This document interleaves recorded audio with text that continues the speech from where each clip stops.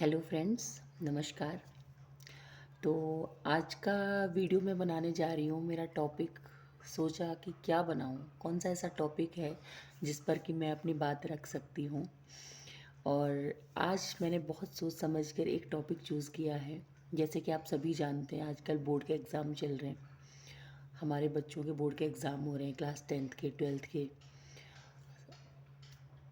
बच्चों के बारे में कई बार मैं सोचती हूँ, जब हमारा टाइम था तो हमारे टाइम पे, यानी आज से 25 साल पहले, जब हमने बोर्ड एग्ज़ाम दिए थे तो उतनी ज़्यादा सुविधाएं नहीं थी, उतनी ज़्यादा हमारे पास साधन नहीं थे। हम लोग क्लास में टीचर तक नहीं होते थे, बिकॉज़ ऑफ हमने गवर्नमेंट स्कूल से पढ़ा है। और कैसे हमें वो 15-16 साल की उम्र में भी एक हमारे अंदर एक जुनून था, एक जोश था। अपने आप को मतलब एक फर्स्ट आना है और हमें सबसे ज़्यादा मार्क्स लेकर आने हैं, और उसके लिए हमारे मतलब जितना हमसे हो सकता था हम कोशिश करते थे।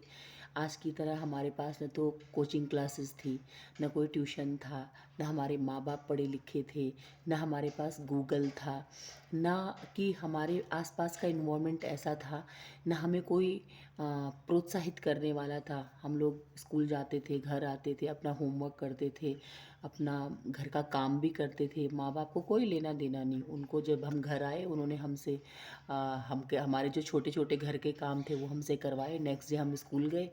उनको बस हमारी फ़ीस भरने तक से मतलब था। उसके अलावा हम पढ़ रहे हैं, नहीं पढ़ रहे हैं, हम क्लास में क्या कर रहे हैं, क्या नहीं कर रहे हैं, उनको कोई लेना देना नहीं था उससे। और हमने उन सब चीज़ों के ना होते हुए भी कभी क्लास में फ़ेल नहीं हुए। हमेशा एक जोश था, एक मतलब एक ऐसा था कि भाई नहीं नहीं, अच्छे मार्क्स आने चाहिए, अच्छे नंबरों से पास होने चाहिए। इतना सारा घर का काम करके भी, इतनी विपरीत परिस्थितियों में भी, मेरी एज के जितने भी लोग हैं या मुझसे बड़े हैं, सबके बारे में ही मैं ये बात बोल रही हूँ। और एक आज का टाइम है, एक आज का दौर है कि बेसिकली ज़्यादातर माँ बाप शहरों में आ चुके हैं, मैं भी। और सिर्फ इसलिए कि हमारे बच्चों को अच्छी एजुकेशन मिल सके, वो अच्छे इन्वायरमेंट में रहें, घर का माहौल अच्छा रहे, पढ़ाई के प्रति उनकी रुचि बनी रहे।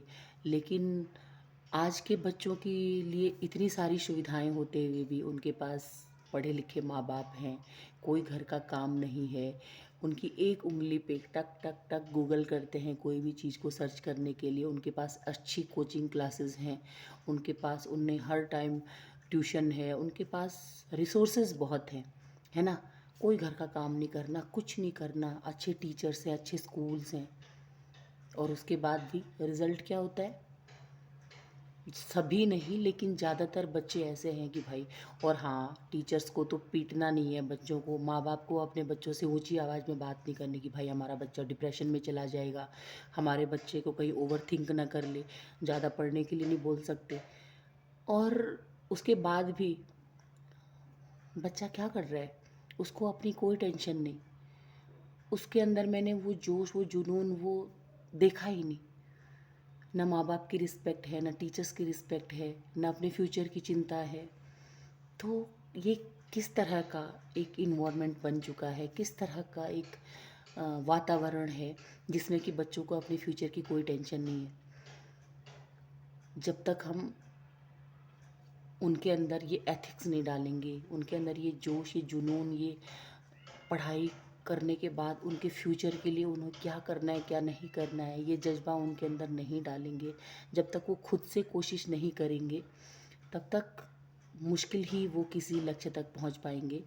तो जितने भी बोर्ड स्टूडेंट्स हैं या जितने भी बच्चे हैं जो स्कूलों में पढ़ रहे हैं और वो अपने पढ़ाई के प्रति जागरूक नहीं हैं, वो इतनी सुविधाओं के होते हुए भी इतने एक भारी भरकम फीस उनके माँ बाप उनके स्कूलों में पे करते हैं।